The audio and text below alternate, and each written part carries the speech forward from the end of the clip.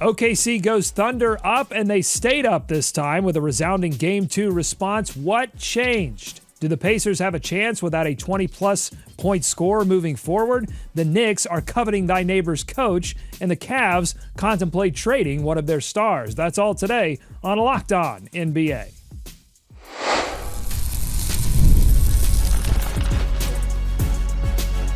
You are Locked On NBA, your daily NBA podcast.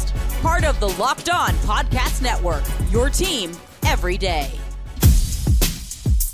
Welcome to Locked On NBA. Thanks so much for making us your first listen of the day. We are free. We are available wherever you get your podcast, part of the Locked On Podcast Network, your team every day. This episode is brought to you by Monarch Money. Take control of your finances today with Monarch Money. Use code LOCKEDONNBA at monarchmoney.com for 50% off your first year. I'm Doug Branson, host of Locked On Hornets, and your Shot Clock Sherpa, guiding you through the NBA's biggest stories every day with the help of Locked On's local experts. And I have two of the best with me, as always, from the Locked On Nuggets podcast and senior NBA writer for the Action Network. It's Matt Moore. Matt? It's silly season, and there's a lot of silliness out there, so be careful out on those Twitter streets. On those silly slopes. We're going to get to a few of them later on in the show, including with the Knicks coaching search and the Cavs maybe making some moves in the offseason to shake up what was a 64-win core. We'll get to it in a minute. First, from the Locked On Bulls podcast, we've got Haize. Haize. What's going on, everybody? Guess what? I am getting to actually talk about championship basketball, and that's something very unfamiliar for me as being a Chicago Bulls fan, so I'm appreciating it right now. Hey, listen, you got a I'm sorry. Has it been a while since you won 6 titles? Oh boy. Oh, poor guy. I was barely a human then, so yes, it's been a while. Well, Indiana, Oklahoma City, they are looking to win 1 title, and the Thunder even things up in Game 2. What was the difference? That's what I want to know to kick off the show. We'll hear from Rylan Stiles of Locked On Thunder in just a moment. But between Game 1 and Game 2 for the Thunder, Matt, why were they able to close out Indiana this time? They shot better, and the Pacers shot worse. That's my brilliant analysis for Game 2, is they shot better and the Pacers shot worse. That's pretty much all I got kind of on this one. Look, OKC was going to respond in this game, okay? And they made a lot of really good tactical adjustments. They forced the Pacers to actually do some stuff in the second half, which we can talk about, to get Tyrese Haliburton a little bit more downhill. Obviously, he was very quiet in the first half of that game. Pascal Siakam had a really bad stretch. The really key in this series, honestly, though, is the bench. TJ McConnell this is a bad series for TJ McConnell, and they don't necessarily have another ball handler. And Carlisle, because he is reticent to drop down his rotation for a number of reasons, I think he's playing the long game. But what's happening is when it's McConnell and Mathurin, they are getting obliterated. Like, they are getting destroyed. They are plus 3.4 in the series in the minutes with Tyrese Haliburton. They are minus 34.9 in net rating across 2 games in the minutes when Tyrese Haliburton sits. So the bench unit is what's killing them. Now, some of this is just like, hey, Alex Caruso scored 20 points. Congrats, you got the Alex Caruso outlier game. A lot of series, I think, to go here. I'm not going to overreact to this Game 2 performance from OKC. It's what you should have expected with them down 0-1. Yeah, I mean, the OKC Thunder came in and they did what they needed to do in Game 2, right? They played better. They shot the ball much better. I think 10% better than what they did in Game 1. But I think we can't bury the lead here. The Pacers also did exactly what they needed to do to start off the series. They just had to steal 1 game out in OKC before you go back to Indiana, and they were able to do that. And so, it's this weird now thing where both teams kind of got what they needed to out of the first 2 games in different ways. Now you get the shift back to Indiana, and we'll see if the Pacers can defend home court better than what the Thunder did. If they can, then this series is still far from over. But the Thunder played their game in Game 2 the way that they needed to. There's still some questions. Jalen Williams didn't have necessarily the best Game 2 that you would like to see from him, but we'll see who has the momentum in Game 3. Matt, you mentioned the Indy bench. I want to talk about that more later in the show. We'll hear from Tony East of Locked On Pacers. He actually points to another player, not McConnell or Mathurin, as a possible issue with those bench units. So we'll get to that in a bit. But let's check in with Rylan Stiles of Locked On Thunder, who says the Thunder have learned lessons quickly this entire postseason. Game 2, no different. And he name checks another Locked On host you might be familiar with. understanding of, hey, it can be at the 5-minute mark and you can be fending off the Pacers all game long. If you start to play like you're in the lead and you start to kind of go on cruise control, try to run the clock out, they're going to beat you. And to learn that lesson after one game has been what this young Thunder team has done all year long. It's funny how the conversation has shifted around Oklahoma City, because on every single squad show that we've ever done on this network during the regular season, you get beat over the head with Matt Moore and others saying that this team's too young to do anything. And then they get to this stage and they lose in game one, and it's the biggest failure of all time. And they've continuously found ways to improve and learn from those mistakes. That's what's gotten them here. They had to grow up in that Denver series. They had to learn in that Minnesota series how to play with a series lead. And against Indiana, they had to learn how to play against the Pacers and how to play for 48 minutes and finish a game all the way through. Matt, you've been officially called out. Your response. Is it time to put away the too young label after a dominant Game 2 response? And if it isn't, what's it going to take? He's from Oklahoma. They might as well be from Kansas, because he's creating quite the scarecrow out there with the straw man that he's got propping up out there on me. Never said this team was too young to win a title. I said it's a legitimate question about how that works out, because typically we don't see teams that young win. I have not been on every squad show questioning that. I've been on every squad show questioning whether or not their shooters were going to knock down the shots that they need to. And guess what? They're going to have to still do that in this series, because on the road is where OKC's shooters have not gotten the role that they need. Lou Dort has shot terribly on the road. Alex Caruso has shot terribly on the road. So these next two games in Indiana are going to be the big ones. I do think that he's right. Like, Rylan does a great job at Locked On Thunder, and he's right. Absolutely, that this team, I think, learns and gets better every single time out. And what I think is interesting, though, Haize, is like we are seeing younger teams succeed now. And what's fascinating about the Thunder is that it's kind of proof, inexperience is a weakness, but you know what you can do to counteract that? Be better than everyone else by 10 points or more. And that helps with all of those jitters that you might experience in big moments. Yeah, I mean, the experience thing, we can't ignore that has not been the thing over the history of the NBA. The inexperience does matter. The Thunder are just that good of a team, though. Like that inexperience they can overcome with skill, with balance, with that amazing defense that they play. So I get what Rylan's getting at here. Shout out to him name dropping Matt Moore. But I came at you too, Rylan. Why didn't you say my name? But no, it's we'll see what happens here. The Thunder fans, though, should have a lot of confidence after Game 1 and Game 2. They played really strongly even in Game 1. They just didn't do enough down the stretch of that game. So we'll see. I still am looking out for the experience of Rick Carlisle over McDaniel in this series, and that may be the determining factor. But we'll see what the Thunder can do. What makes Rylan a great Locked On host is that he's exactly what the fans are looking for. You just lost Game 1 and home court advantage to a 4 seed after you won 68 games. But because you took care of business in Game 2, let's get out those pom-poms and take a victory lap. Look at how good we are. Go take home court back, and then you can victory lap, Styles. Settle down a little bit. Oh, you hear that, Styles? It's up to you now. We need a response to the response. All right. Matt Moore, you might not be a scarecrow, but you are off to see the Wizards. You love the Wizards. Haize, you mentioned Mark Daigneault. He stuck with his much criticized starting lineup change, keeping Case and Wallace in the starting lineup. What did you think of him keeping that starting lineup change and his overall performance in Game 2? I mean, Chet played much better in Game 2. Isaiah Hartenstein still, I just maybe am expecting too much from him. I think that he can perform a lot better. I still think they look like a better team with him in the starting lineup, but they won Game 2. They were close to winning Game 1, so maybe Daigneault is ahead of me in that case. But it still seems a little bit like you're playing to an adjustment that I guess you're expecting Rick Carlisle to make that he hasn't made yet. And I don't know if that's going to play into Rick Carlisle's hands or not. I'm waiting to see how Carlisle adjusts to that. But Chet played much better. Stein, he played okay. I still don't agree with the move. I still think this is a mistake. They got off to an okay start yesterday, but it didn't dominate. Like Kaysen's plus minus was a plus 12 because of the stagger minutes. And I still think they're not playing Hartenstein enough in this series with only 22 minutes. I think Kaysen's amazing. I love Kaysen Wallace. He's like my favorite Thunder player.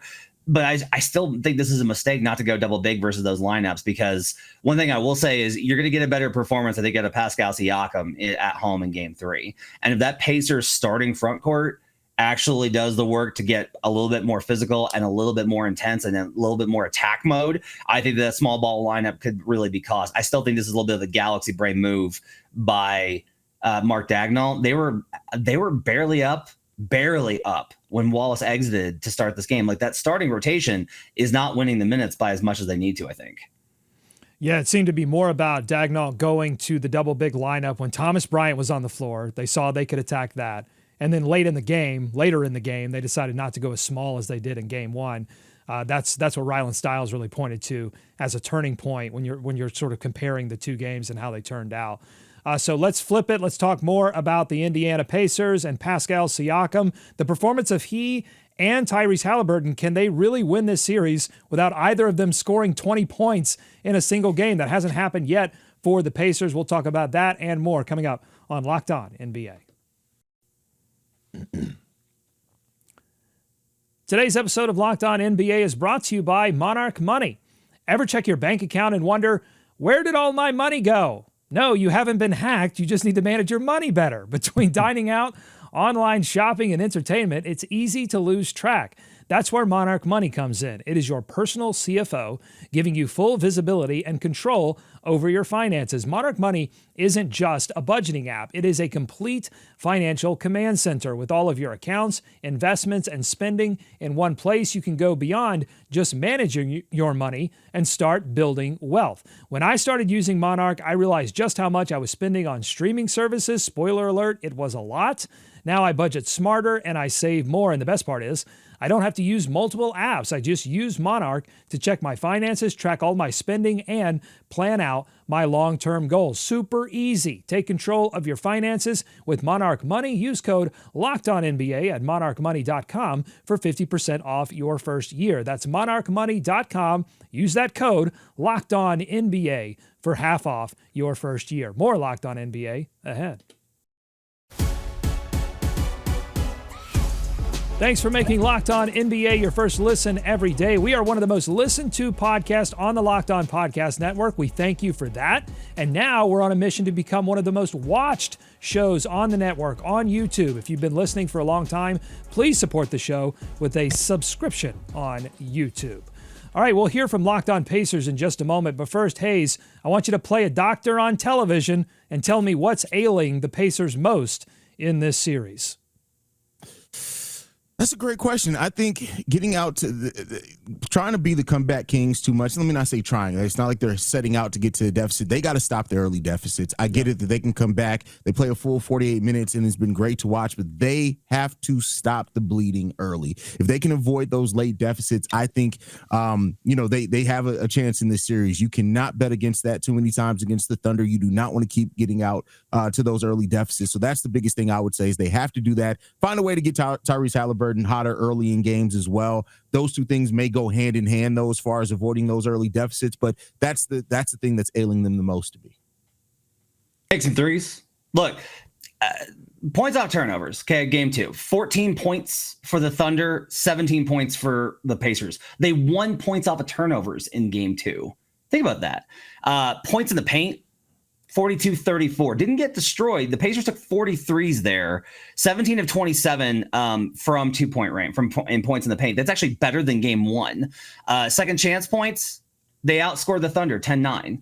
This game is literally 14 of 40 from 3-point range. They got up 43s. They didn't hit them in game 2. They didn't hit them in game 2 because OKC had to play desperate. The Pacers are likely to shoot better at home. Role players shoot better at home. And that's going to boost everything. It's going to make everything go down easier. It's going to be easier for them at home. It should be. If they play with the requisite amount of energy, like this game script is actually not bad. Like this game script is not terrible for the Pacers. I understand OKC led until 0.3 seconds game 1. They led the entire way in game 2. I get it. The Thunder should. Like, they're better. They should be. This should not be 1-1 going back to Indiana. The Thunder won 68 games with the best point differential in NBA history. The Pacers are alive because the script is not good enough for OKC. For me to feel great about this for OKC, it would have to look like I expected it, which is just like, oh yeah, OKC is just like another class. That's not where we're at. Even with this margin, I really do think that Indiana's in a great place to steal. They were never going to dominate this series. This wasn't going to be Pistons 0-4 over the Lakers. it was always going to have to be another heist, like they've stolen so many gems along the way in this postseason. You mentioned 04, and I don't know who I saw this from on Blue Sky, so I apologize. I can't give credit. But someone else said that this did not remind them of 04. It was starting to remind them of 01 when the Sixers stole Game 1 off a 48-point performance from Allen Iverson against the Lakers, and then the Lakers proceeded to win the next 4 after that. Let's see what Tony East thinks from Locked On Pacers, see if he wants to play doctor on television, give a few prescriptions of his own to Indiana. Thunder defense is so tight and connected on the strong side of the floor, right? You're coming around a screen as a ball handler in this series, or you're just beating your man off the bounce, and you're going to see a second defender pretty quickly. The Pacers' instinct, which I think is not wrong, it's just not leading to what they hope it does, is get off the ball, pass, right, and keep it moving. And that's sort of true, but if you're moving and you're keeping it moving and nothing's being created, you're just passing to pass. There has to be more of an effort to use those passes to go toward the rim, right at the baskets. It's way easier said than done. The Pacers don't have a 20-point scorer in the whole series. Siakam, their leading scorer, with 19 in Game 1. Haliburton with 17 in Game 2. The bench is kicking their butt. I just did the post-Knicks series show where I said the Pascal plus the bench groups were a huge part of them winning the series. Those lineups were awesome. Pascal plus 1 starter plus 3 bench players. Those groups were fantastic. Those groups haven't been nearly good enough in these 2 games. I think the bench needs to step up in a big way, be more cohesive. Siakam needs to get more involved and get himself more involved in those lineups. All right, so there were a couple of things there. There's the not getting to the rim. There's the shot distribution. There's the bench units with Siakam. Let's talk about the shot distribution first, because I looked at one point in the game in the first half, and Indiana was down 10 or so, and like 6 or 7 guys had 4 attempts. And then I think it was Nembhard had 6 to lead the team at that particular point in the first half. Matt, are they too balanced with how they're distributing this offense for the finals? Maybe it worked through the regular season and into these playoffs, but are they too balanced for the finals? No, I think this is exactly what they need to do. I think you take what OKC gives you. It depends. Like one of the problems with the bench unit is that the starters are still generating good looks. They're finding the gaps and finding shots that OKC is giving them, but they're good looks that OKC is giving them. The bench unit is creating bad looks. Like they're just forcing up. It's a Benedict Mathurin pull up fade away. It's TJ McConnell just trying to relentlessly drive and try and force something. They're not creating any separation. They're not getting any leverage. But like, I do not think that the model here is going to have to be like Tyrese Haliburton's not going to be Luka Doncic. He's not. He's never going to be Luka Doncic. Pascal Siakam isn't going to be Nikola Jokic. They have to find their own solution for that. And that does mean balance and a lot of different contributions. I think that's a better approach here versus OKC in finding the gaps and punishing them rather than trying to put your head down and just like force up if you score 20, but you do it on 19 shots, Haize, I don't think that helps you versus OKC. Yeah, it does not, especially not against the defense of the Oklahoma City Thunder. I like the balance. I think the balance is the important thing. I think that's what could help the Pacers win this series. Like I said, it's a lot of minor things that they need to stop, and I think they'll be right back in this. Turnovers are still a thing, 15 turnovers, which is 9 less than what they had in the last game, but still kind of high. You want that to be lower. The Pacers don't need to overthink this. You keep doing what you're doing, what got you here, and you make the Thunder adjust to it. And I think that they can do that. They just don't need to try to make an adjustment to where you're going to one player. You're messing up the balance of your team, because I think that's what made the Pacers offense so special. Get more in half court situations as you can. Double down on the defense, play better defense, and I think you'll be right back in this series. Well, I mean, they're still in it. Like, that's the thing, too. People, like, 1-1. It's not like the momentum is out of their hand. It's 1-1. They're going back home. This is where they want it to be.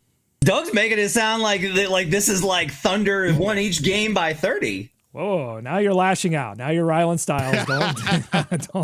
Don't put that on me. I'm just asking the questions. That's my job on this podcast. Here's a question. So going back to your Haliburton is not Doncic comparison, Matt, I think what you're alluding to there, particularly against this Thunder defense, is it's less that Haliburton is not being aggressive enough. It's more that he's not really able to get the shot that he wants in similar ways that Luka is able to generate things, or Jokic is able to generate things where maybe some other players can't. Haize, do you agree with that? Do you think Haliburton needs to be more aggressive, or do you think he's making the right plays? That's not in his skill set yet, that he can get to wherever he wants on the floor against a defense like Oklahoma City?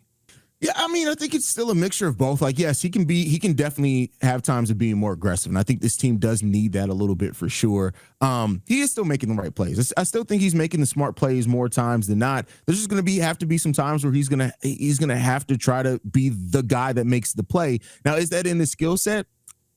That's come and go. I think it has to be a more natural thing for him in the moment, but they could definitely use a more aggressive Haliburton from time to time in this series. And he's going to have to come at Shea. He's going to have to come at whoever's guarding him, and not always settle for what the defense is giving him. But I don't want him to go overboard with it. He doesn't need to be Dwayne Wade out there. 6 of 8 second half, 14 points for Tyrese Haliburton, 3 assists. They got him going more downhill. One of the things that Tony talked about was trying to get downhill against this team.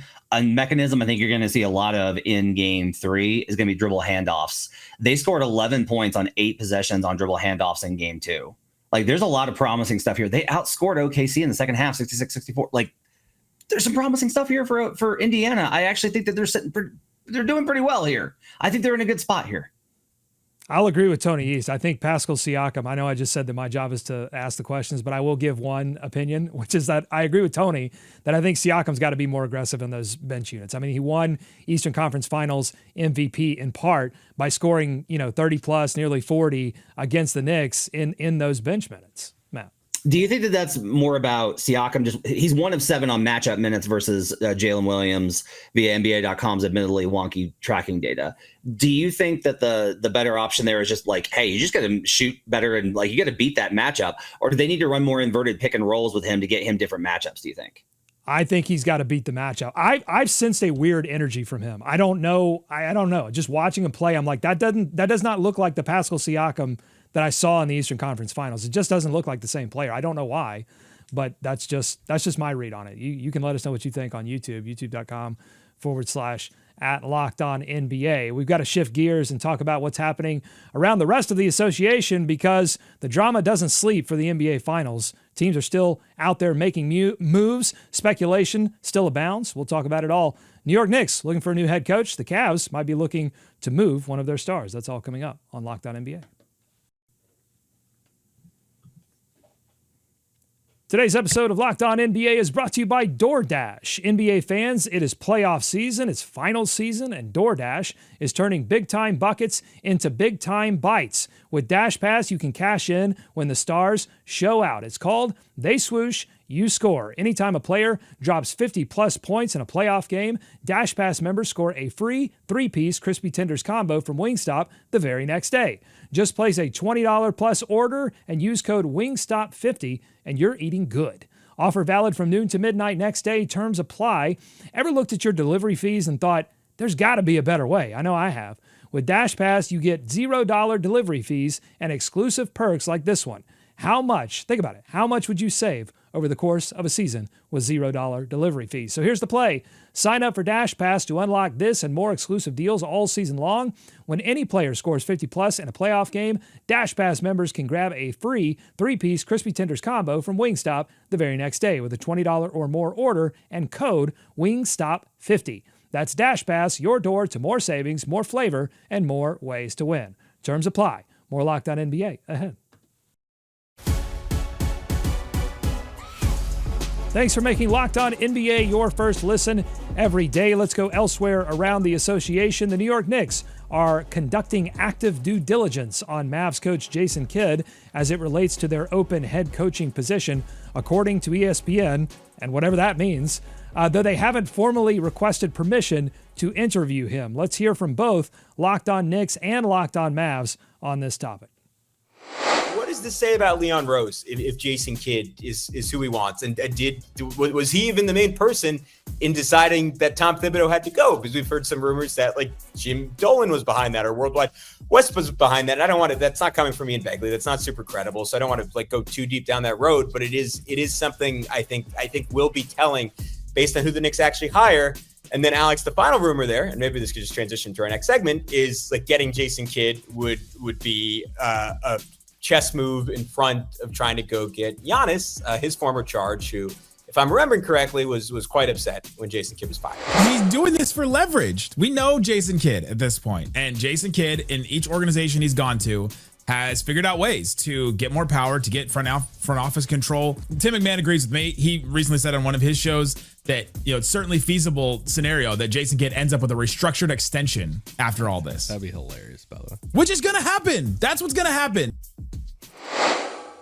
My first question is is any of this real? It feels like with the Giannis stuff you just heard there, with the leverage stuff you just heard there, it feels like we're entering this sort of fantasy land.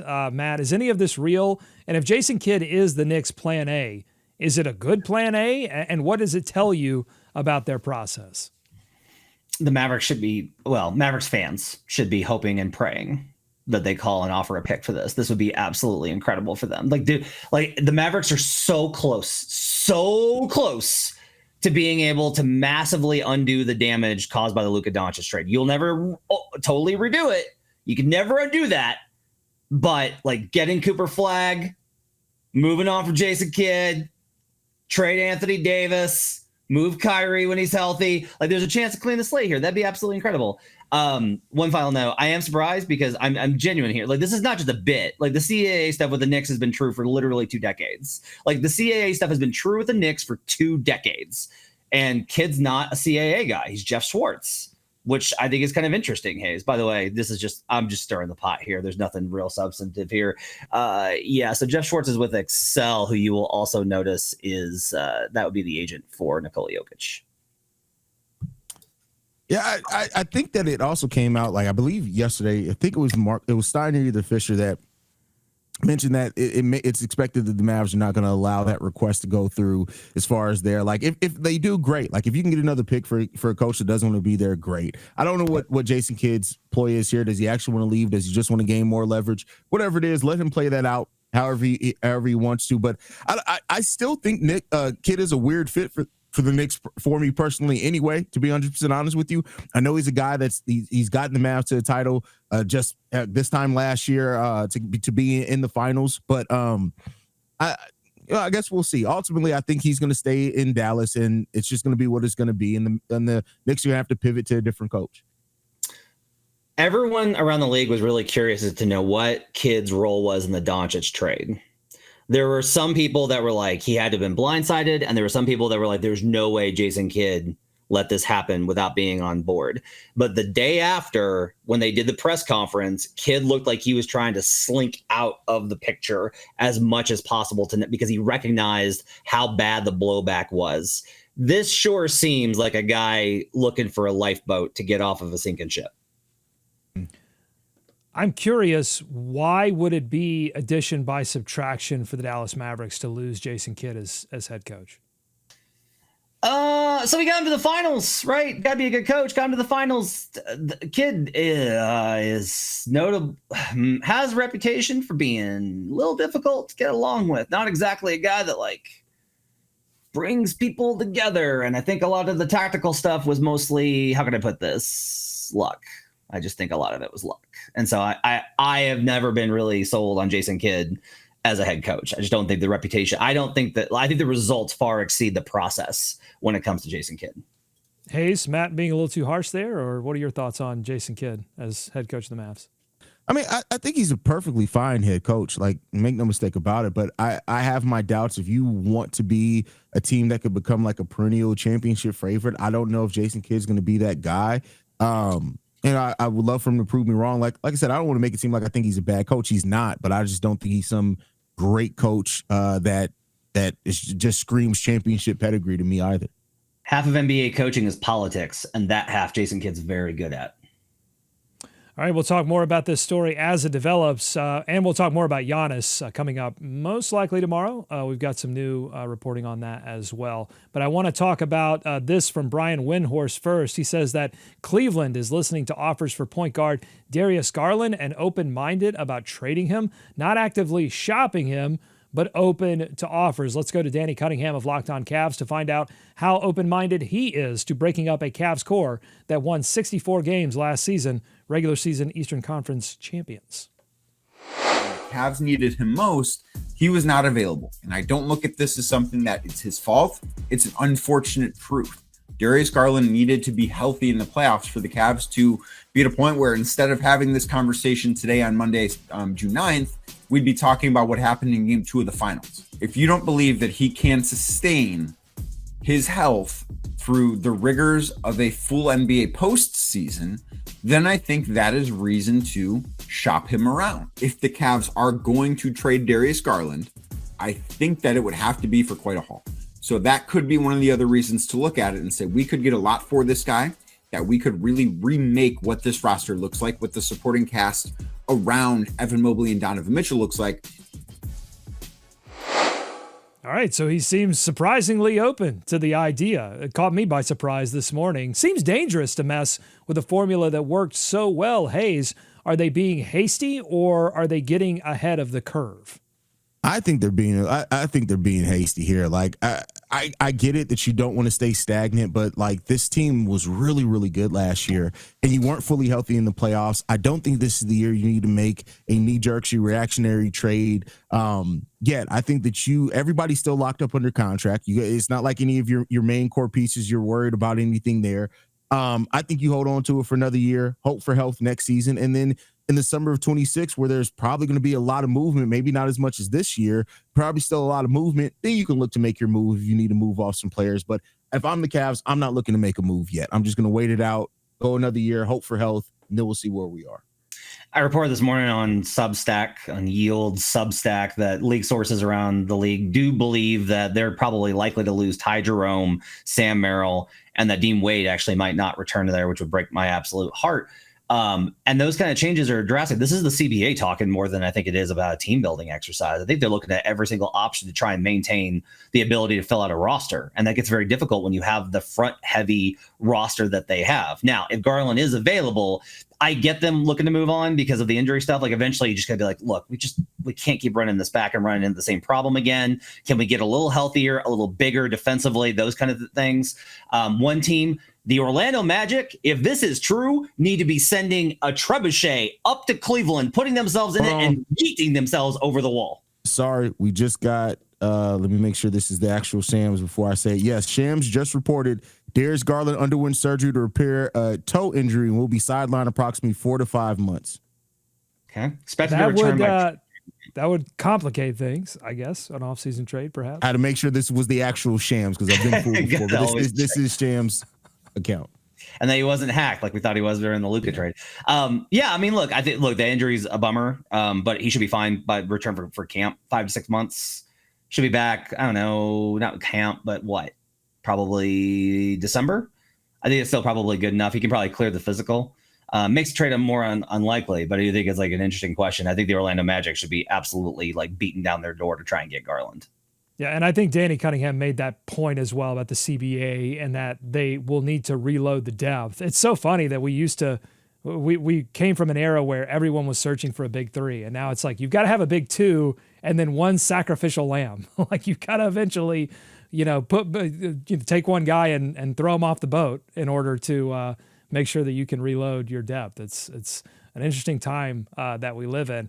So yeah, we will talk more about that injury. Plus Zach Edey injured, a sprained ankle, had to have surgery on that ankle. What does that mean for the Memphis Grizzlies as Matt Moore sort of signals his idea of what it means for the Grizzlies? Pulling his hat over his eyes. Sad. He's sad. That's going to do it for this edition of Locked On NBA. If you like what you heard today, subscribe to Locked On NBA wherever you get podcasts, including YouTube. Thanks to Matt and Haize for their expertise every day. Thank you for making Locked On NBA your first listen every day. For your second listen, check out Locked On NBA Big Board Show. NBA draft expert Rafael Barlow reacts to every single workout, interview, and rumor leading up to the NBA draft. Find Locked On NBA Big Board on YouTube or wherever you listen to podcasts. Our beautiful game is taking a break for a few days, but we don't. We're going to be here talking about more offseason rumors and what Indiana and the Thunder need to do to win Game 3. Be kind to each other. We'll see you right back here tomorrow on Locked On NBA.